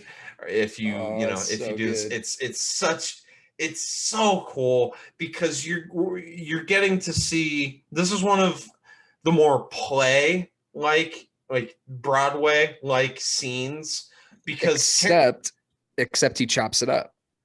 There's problems with time in it to prove that he's drunk. As he's doing this. Yes. That's why they did that. So it would be like, and he's all across this. Yeah, exactly. Yeah. But a lot of scenes, like the opening scene in Inglourious Bastards, it's very much like a play. There's not really a lot of movement. It's more talking. It's more vibe centric. It's more just, okay, here's 2 actors. They're going to be sitting at a table and they're just going to be going back and forth.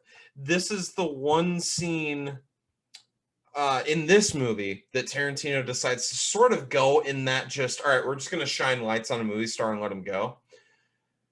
And it's incredible. I know it's a lot less funny and exciting when I just keep using the word awesome, incredible, amazing, but that's what this movie is. It's a lot of very well done parts that make up a very enjoyable whole. So then we get to another one of the Lancer scenes. That's where we get to see Luke Perry in his last role. Before he unfortunately passed. A very cool character. Leo throws Julia Butters on the ground. She's always wearing elbow pads, so we're good there. Then we get to Spawn Ranch. Do you want to take this one? Okay.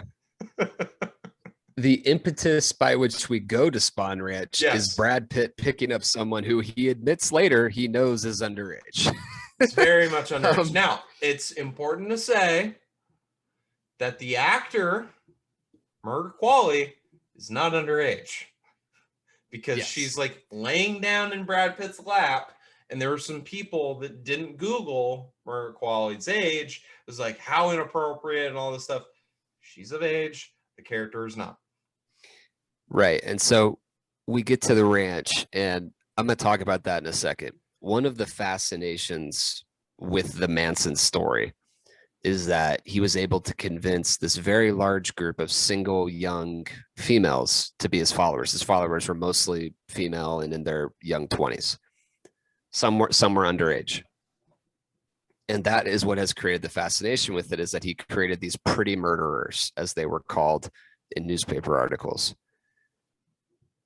If you know one thing about me, you know that I'm constantly fascinated by people who subscribe to cult ideology, which is what these people are. And it is to a large extent what happened with a large percentage of our country over the last 5 years. Do tell. No, we're not going to go into that. What? But, no, hold on. But with these women in particular, what Manson would do is he would seek out women who had very traumatic or rough childhoods, but were attractive. So yes, there was a lot of sexual intercourse going on at these camps with multiple people, with children, on and on. But he wasn't a genius like people think he was. He was just good at identifying broken people who were young enough and who were susceptible enough to this idea of an impending race war.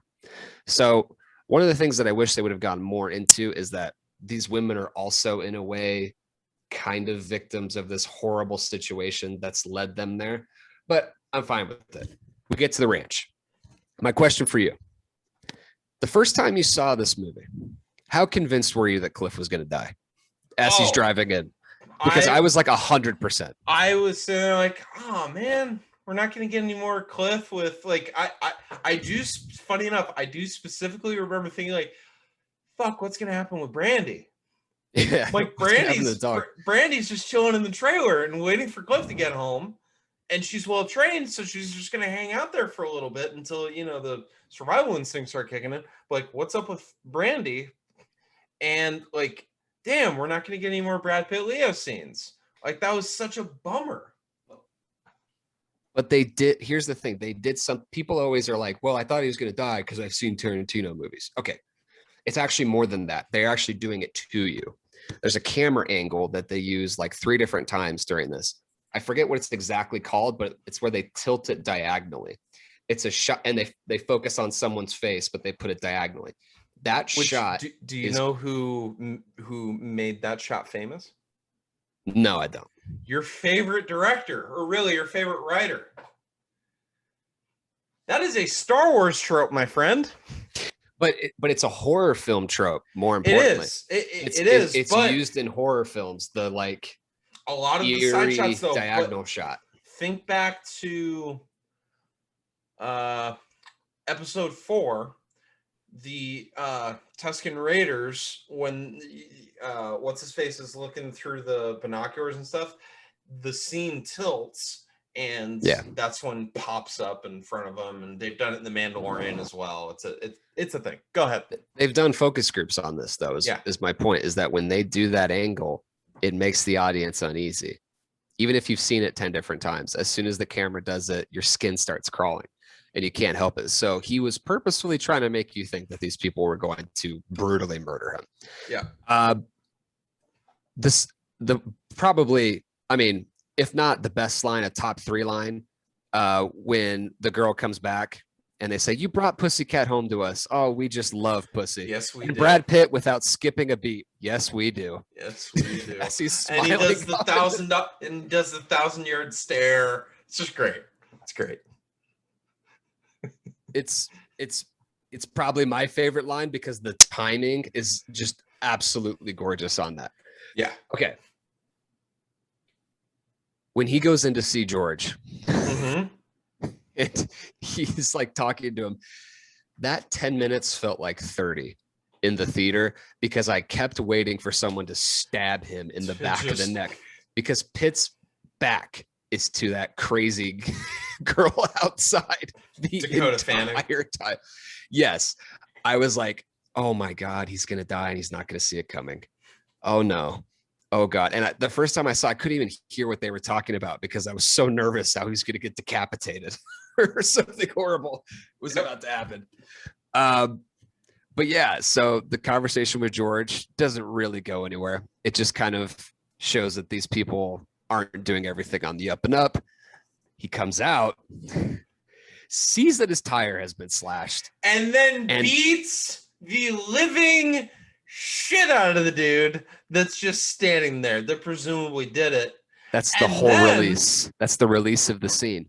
They built up all this tension in the scene and they released it on a guy that wasn't Brad Pitt. It was Brad Pitt beating the shit out of somebody else. And even does like, he looks over them, ladies, pop, and just beats the show and then makes him change the tire. Yeah. Can I get a rag? No. Tire first. Tire first. Motherfucker. I'm gonna smoke a cig. You do that, then I'm gonna drive off right as Tex pulls up in his horse. And it's just it's great. Excellent. And then at that point, when you see the Cadillac driving off, it's like, okay, fuck you, Tarantino. I've been nervous for like 20 minutes that he's gonna die. Like, you go fuck yourself. I've been worried this entire time for my guy Brad Pitt, and he's just fine. All right. Well, there you go. So then he goes and picks up Leo at Rap. They drive home, and they do something that I'm pretty sure you and I have done multiple times before, where one of us picks up the other from work, drives home, and both of us have the exact same idea of what we're about to spend the night doing, but we don't actually say it until we actually get to the house. Or it's just, oh, you want to stay over and watch an episode of FBI? I just figured we would. Got a 6-pack, figured we'd order a pizza. And it's such a great interaction between two friends because, there's just a lot of uncommunicated stuff that then just ends up working itself out anyways. So I really like that. And then that's when we get the very famous meme of Leo sitting on the recliner pointing at the TV, which is, a gift to all of us. And then we get the quote, all the streets from Brad Pitt, all the streets are silent, except when Rick Dalton's got a fucking shotgun. I'll tell you that. And then Leo, you're goddamn right. It just cuts to Italy. Yeah, it's great. Yeah, then just 6 months later. Yeah. It's great because I'm telling you right now, if you or I were in a show like that, the other person would have 1000% said the exact same thing. Like just perfect. Okay. So we go to Italy, we make some movies with some not very shall we say politically correct titles. But hey, there we go. They were intentionally that way to make fun of Westerns. They were intentionally that way to make fun of Westerns. This movie is named after Once Upon a Time in the West. Yes. Which is, as most Westerns were, there's a lot of things wrong with it. Very much so. We've made jokes about Lone Ranger many episodes. And we'll keep doing it. This will not be one that is without a Lone Ranger joke. So, like, all that's good. They come back to Italy, come back from Italy. He's got a wife, all that stuff. I just have one question for you, Tim, and we can edit this out if you don't want to talk about it. But, so they come back, and Kurt Russell's doing the voiceover and saying there's only one way that a male relationship like this comes to a close. It's the best line in the movie. So, Tim, I have to ask you because I honestly don't remember. Did we get blackout drunk before we moved out of the condo? Yes. So, okay. I'm glad you asked this. I apologize for saying the Brad Pitt line was the best one in the movie. Best one in the movie is Kurt Russell's voiceover. When you come to the end of the line with a buddy who's more than a brother, but less than a wife. Getting drunk together is the only way to say farewell. As though that makes any sense whatsoever.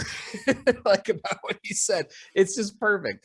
I believe we did the last night that we were in the condo before we both moved out to California, where we have subsequently become miserable miscreants. Didn't now that I think about it, didn't we watch Paper Chase? I can't remember what movie we watched. It was something dumb like that though. Yeah. And then I think we got to the point of our blood alcohol level that we started watching just like random clips of Family Guy and shit, and we were just rolling on the floor laughing. Anyways, so the answer is yes, we did do it. Yep. And I had to talk about it a little bit to get the recall. So we get Leo and Brad Pitt walking into Casa Vega, which I haven't been there. Have you? Nope. Okay. Looks nice. Looks like it's got very good food. This is when Leo does the most asshole thing in the entire movie. It's perfect for his character. They're walking to the booth. How's the wife doing? Hey, man. No. This guy's clearly on a date, and now you just fucked up the entire flow of whatever they were talking about. You didn't have to do that. That was just fucked up. Just absolutely fucked up. No thoughts? No thoughts? No thoughts about the Sorry, comment? You cut out that you cut out there for a second. I apologize. We're having several internet connection issues today, so I missed most of what you just said. Yeah, you mean you are having some internet problems? By we, I mean me. That's absolutely correct. Yes. So I was talking about the how's the wife doing comment when he walks by the booth. What an asshole. Oh, yeah. What an absolute asshole to do that. Absolutely. No, I mean, that's the same scene where he basically fires him, I believe. He does that when they were still in Italy. Oh, gotcha. Yeah, it's the whole scene where they're both at Mexican restaurants and they're talking about how hot it is. And then they add this idea of Mexican food, which always like raises your blood temperature and makes you even sweatier, whether in sodium or that spice. Whole like sequence where they're just go. Yeah, exactly. So, I mean, the juxtaposition between those two, they're constantly doing it. One's at a much nicer Mexican restaurant, one's at kind of a rundown one. But honestly, I will say though, the shittier one probably, or it at least has as good a food. There's a good chance it even has better food though. So, there's that. So, okay. So they leave the restaurant. This is when it's revealed to us that Brad Pitt buys a acid dipped cigarette for the very high price that would turn you or I away. At 50 cents. Yeah. Now I am not a acid or cigarette expert. 50 cents seems low. Yeah, so that was one of the thoughts I had is, we're always talking about inflation in terms of how much the housing market's gone up, how much the price of goods has gone up. You really never hear too much about how much the price of acid dip cigarettes has gone up, because I did look this up after the movie, so I'm sure that the FBI will be banging down my door at any point. Yeah. But it appears that the cheapest you could get a single one, because usually you're going to have to get a pack, is like $40-$50 from what I found on Reddit. So it's going up as much as tuition is. Good Lord. All right. Yeah. Cool. Yeah. Good to know. Yep. So then everyone goes back to Leo's house. Brad Pitt decides that he's going to walk Brandy. And then he makes a decision that he's going to smoke the acid dip cigarette there that night because he doesn't want to do it at the trailer. He wants to do it with the forest and everything right by, which, that actually checks out. Then we get Leo in a robe coming out and screaming at the Manson family with a blender of frozen margarita. It's perfect. Which is just a perfect aesthetic for the movie, and he's wearing like these slippers and everything. It's great. And he yells at them, "Take this mechanical asshole and get it off my fucking street." And then takes a sip from the blender. Yeah. As he's still leaning over, so a little bit like dribbles down his face. Yeah. Exactly. But yeah, just take this mechanical asshole and get it off my fucking street. Fucking hippies. As he's sitting in his house. Yeah. We'll get to my favorite quote in a second, but that's definitely up there. Then we get another quote. We're going to Tex and friends. They're talking about TV. Jesus Christ, Sadie, get it together, because she doesn't know who Rick Dalton is. That's the type of negativity that we're talking about here. Just because she hasn't heard of Rick Dalton doesn't make her a worse person. You get to welcome her into that world, and it'll be that much more entertaining because now you've met Jake Cahill. Before you murder him. Exactly. So then they go. Well, one of them leaves, takes the car and leaves, which was hilarious. Then they go to the house, and this is where I'd actually like to be so bold as to give out our first MVP of the movie award to Brandy. Because she latches on to that guy. She latches on and does not let go until Brad Pitt gives her the signal.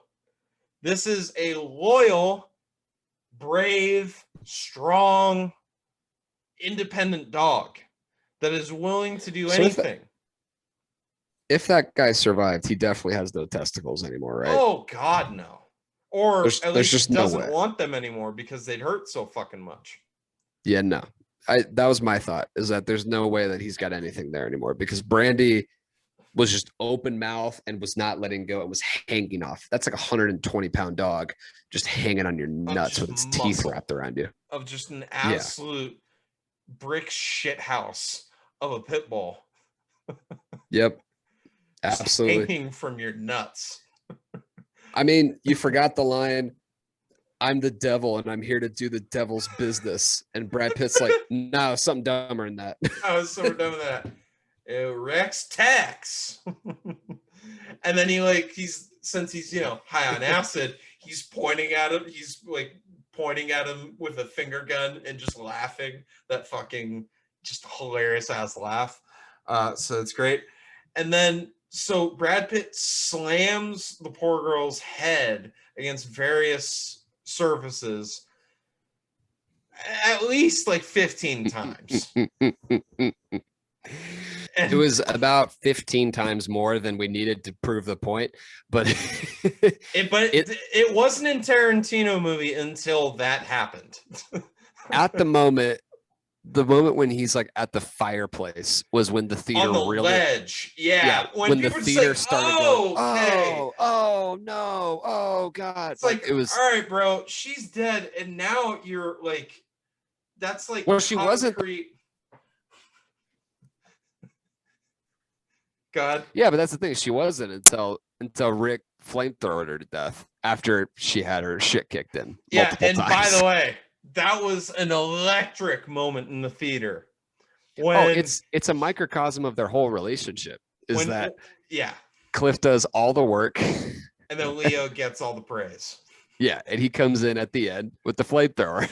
He gets out of the pool, and I remember thinking like, oh, he's gonna get the flamethrower. And then if you remember a couple sections over in the theater, you just hear a guy yell, "The flamethrower!" and he pulls it out, torches the shit out of her, and it's she like insane. Disintegrates in his pool. Yeah. And it's then so funny. And then he tells her later, he's talking to Margot Robbie after, and he's like, "Yeah, I didn't even know if it still worked." Oh, hold on. I've got that entire quote. So hold on a second. So then we get Leo talking to the cops afterwards, where he's still drinking margaritas out of that goddamn blender. He's just sitting there, and he's using the sort of totem of, oh yeah, so I was making margaritas. I looked at the clock, and I remember it was midnight. And like that's how he's doing the whole timing of it. And so he's sitting there still drinking margaritas. Cliff goes off. He's, very high. He gets the knife stuck in his hip. And he's, very interested in it, and then goes back to the fight. Uses the can of dog food to just unleash ungodly hell on that woman's face. Yep. Which, Jesus. And then she just lets out some just ear crushing screams. Then Leo goes out front and talks to Jay Sebring. He asked what was going on, and here's the quote. My buddy and his dog killed 2 of them, and then, well, shit, I torched the last one. Jay Sebring asked, torched? Leo, yeah, I burned her ass to a crisp. Jay Sebring, how did you do that? Leo, well, believe it or not, I got a flamethrower in my tool shed. Still works too, thank God. And then Jay Sebring, is everyone okay? And then Leo takes a beat and goes, well, the fucking hippies aren't. That's for goddamn sure. It's perfect. And it's incredible. The and fucking then, hippies are. That's for sure. And then he actually gets to meet Sharon Tate. And obviously, since all the Manson children are dead, in this world, Sharon Tate lives. So for now, for now, yes. I have 2 questions, 2 like post movie questions. In this world, does Rick Dalton make it as a movie star now, befriending Sharon Tate and presumably Roman Polanski? No, this is a broken man. He is so inside. He's inside of his own head to such a crazy degree. There's no way he's breaking out of this, especially once he did.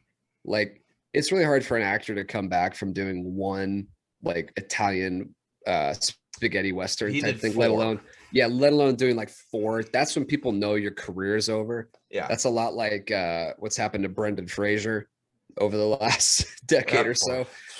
Just it's over for you. Got it. Where like the peak of his career was one of the most heartfelt and emotional scenes in the show Scrubs. Like that's the peak of his career, and it's been downhill ever since. Yeah, that's a good point. I was gonna say, The Mummy.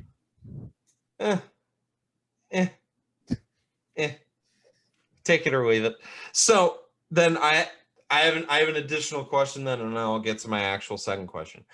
Does Rick Dalton end up at Toluca Lake, or does he end up back in Missouri? I think there's a famous saying and if he ends up in Missouri, how long until the Italian starlet leaves him? So there's a famous saying about Los Angeles, and it's that when people crap out in Vegas, they leave. When people shit out in New York, they leave. When people shit out in LA, they stay. They don't leave. I mean, whatever they got to do to stay there. This is going to be the guy that dies with like $400,000 in credit card bills at that time. He's going to be calling in every single favor from every single person to stay in that town.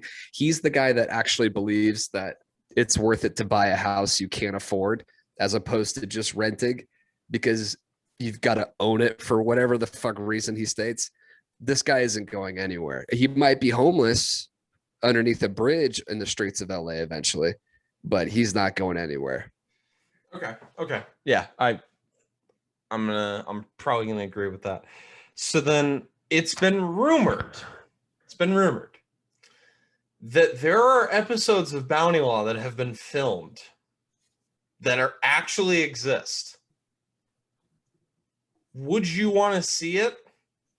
And why is the answer yes? It depends on the format, because if this is going to be, it depends on whether or not they're going to do a little bit more behind the scenes with Rick Dalton, or if it's just pure bad acting, Bounty Law stuff. Because I don't know that I could watch 8 episodes of that. I probably would, But as long as we're getting like some off-screen stuff of Leo talking to people and doing this whole thing, absolutely watch it. Okay. So, all right, now we'll get to, some of the stuff that we do in every pod. If there is one person in this movie that you would want to be, who would that be? I'm always going to pick Leo no matter what, even when he's in the horrible situation that he is. When you're that good looking and that charismatic and that charming, the world's kind of your oyster. So I'm always just going to default to him. See, okay. And I understand that. I would so much rather be Cliff Booth because he's so much happier. That dude is... He lives in a trailer, dude. Yeah, but he loves his trailer. And he's got a great dog. Like, that's Nobody the thing. loves their trailer. We just did Nomadland. I don't believe anybody who says that they are in love with that type of lifestyle. Oh, it's great. Really? It is? It's awesome not having a home and shitting outside? Like, it's awesome. That's just great? I doubt it. I really doubt it. There's been a few moments throughout our, forays into different movies on this podcast. There's been a couple moments where I've said something, then either you or one of the guests has responded, and I've instantly realized that what I said was incorrect. But what I would like to point out is every single time that has happened, I've pointed out that I am incorrect. Yeah, living in a trailer would suck. Living in a trailer would suck. So, it's probably not going to be Rick. And that really only does truly leave one other option, and it's probably going to be Leo. But damn. Yeah. All right. Okay. Yeah, that's fine. I mean, if Sharon Tate isn't murdered like the next fucking day in this world, she's got a pretty good life. Yeah, I would just love to look like that level of a human being. I mean, she's different species, kind of pretty. Yeah. She built different. She's actually though built different. As the kids say. So yeah. What was your limbo lesson from this movie, Tim? I mean, this movie actually on rewatch has a couple things in it that I do really like. I mean, the line "just give me the idea," I think is probably the lesson that I pull out from all of this. Every single moment in a movie or in a life is not going to be perfect, but the key is to kind of get the general idea of what you want to do and where you want to go. So that's my limbo lesson, which is a little bit more serious than we're used to for this. Don't worry, I'll bring it back. So I appreciate it. My limbo lesson is there is nothing in this world that exists that is as loyal as a dog. That's a good point. Because Brandy is down for the cause. Dealing with that dipshit. She is willing to go through hell for that guy. And is literally willing to eat a person's testicles and penis just because of a sound. There is nothing on this earth that is more loyal than a dog. So yeah, that's my limbo lesson. She's absolutely incredible. And again, she gets the MVP award, which I'm going to go ahead and name after her. The Brandy MVP award. It's good. We should carry Brandy with us. There's only a few things that we carry with us from pod to pod. I could be ever so lucky to carry a little bit of Brandy with me into every single one of these pods. So, speaking of something that we carry from pod to pod, it is time. Producer Chris, if you could put a drum roll here. And if not, I fully understand. I'll go ahead.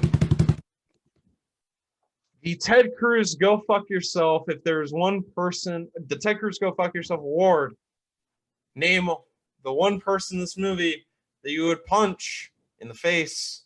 Tim, go ahead. So here's the thing.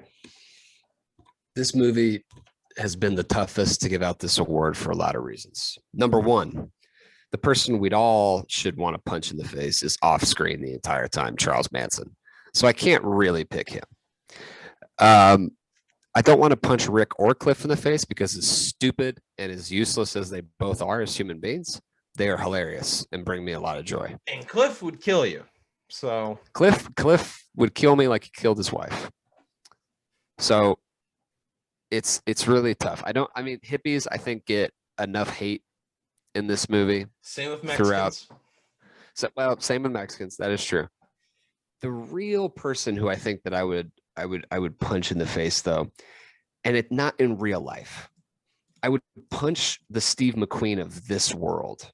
Oh, yeah, no, this. Oh, I'm shit. serious, because if I was Steve McQueen and my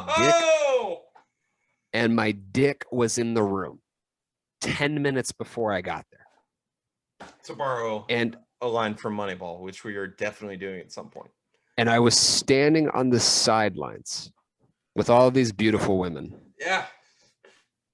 And I was gossiping with God knows who.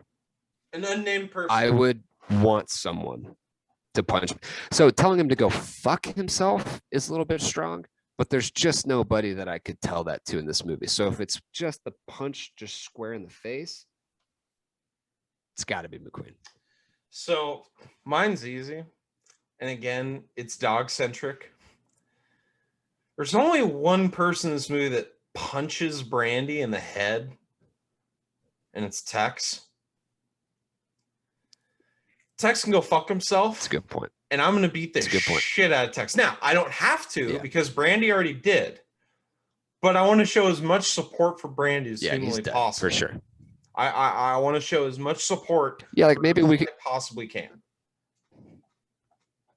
That's a good point. Like if you could piss on someone's grave, because I was thinking the hippies are dead. Right. So I'm like, I can't really tell them to fuck. But if it's like pissing on the grave, then yeah, Tex has to be up. Tex has to be. That's where I'm going with that, and that's who gets mine for this movie. Right. So there you go.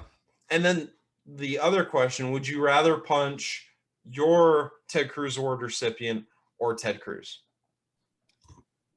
Yeah, this is a segment that we're eventually gonna have to do away with, because there's very few people, unless we did a movie with like some actual terrible dictator person in it, that I would like to punch in the face more than Ted Cruz, because no, see, we're not going to do away with this because it's just further bringing emphasis to how much everybody hates Ted Cruz, including his own party and probably family members, I imagine. At least his father and wife. Yeah. So my answer is obvious. Much rather punch Ted Cruz. Yeah. You got anything else for this just fantastic, lovely movie, Tim? There's very few movies that I recommend that you watch several times that get better as you watch them over and over again. Most of the movies. Inception, Tenet. Stop. Most of the movies that we watch over and over again are because they have a warm blanket feeling to them. They're just comfortable. We go into the world. We just like it. This is a movie that you are going to like exponentially more as you watch it over and over again, and you pick up on all the little clues that are leading to the end, with the stinger of, oh, we were just kidding. Actually, none of this actually happened, even though they built you up the whole way to believe that it was going to happen. So I encourage people to watch it over and over again. It's never on Netflix or anything like that. But yeah, that's this was one of the more tiring ones that we did. There's a lot of background into this movie, a lot of things that you have to know and understand. Yeah, and like even going down to the radio that you hear playing throughout the movie, that's actual radio footage from the exact time in 1968, 1969. Like, it's the level of detail that Quentin Tarantino and company put into this movie is it can't be said enough how much of this movie was meant to be a love letter to Los Angeles, a love letter to Hollywood, a love letter to movies in general. But it's incredible. So, anyways, thank you guys so much for listening. This has been the Tim and Tony podcast, but it would not be a Tim and Tony podcast if I did not remind you about two things. And that's one, if you need supplements, there's one place. There is only one place to go. And it's what I had in this mug right here. That's Bucked Up. And for our YouTube audience, see what Tim is holding. He is holding the racked BCAAs, also known as amino acids. They are fantastic. Have them before a workout, after a workout, during a workout, whatever the hell you want. It's great stuff. They have a lot of other stuff as well that I've been using happily, and it's great. Use the code TANDT20, all caps, except for the numbers, because obviously there is no capitalizing numbers. That's TANDT20, TANDT20. That's for Bucked Up. And then we made it so easy for you. For the title stuff, both Tim and I are wearing the shirts right now. Title wear. Honestly, now, I'd hope that at this point in our podcasting journey, you folks would understand that I would never lie to you. And I am not lying to you when I say that the title stuff that I currently own is the most comfortable clothing that I've ever worn in my life. Now, that's hyperbolic, yes. But there's an extra weight to it because it's actually true. So here's the thing. If you use the code TNDT15, TNDT15, you get 15% off anything on their website. Both of these codes, they're good for the whole damn thing. So use them. It's great. This has been the Tim and Tony podcast. Thank you guys so much for listening. It means a lot to us. Keep commenting on the YouTube channel. Keep sending us recommendations on Instagram. Hopefully, we can figure out whatever the hell is going on with Tim's internet. It's tough for those Arizonans right now. It's getting into the triple digits, so, just bear with them. But, out here in San Diego, it's nice. Everything's nice. So, again, thank you guys so much for listening. Use those codes. Tell your friends about it. Make sure you use them because they're great companies. It's great products, and they're great deals. So thank you guys so much. Until next time, Ted Cruz, please just do us all a solid. Go fuck yourself. Elvis Monroe, please play us out. One day, someday, fiction girl. She's my one day, someday. She's my one day, someday. Gotta have her, gonna call her baby. One day, someday. She's gonna call me baby, gonna have a family. I can see it in her eyes. Our future's so bright. Gonna wake up by your side. One day, someday. She's my one day, someday. Fiction girl. She's my one day, someday.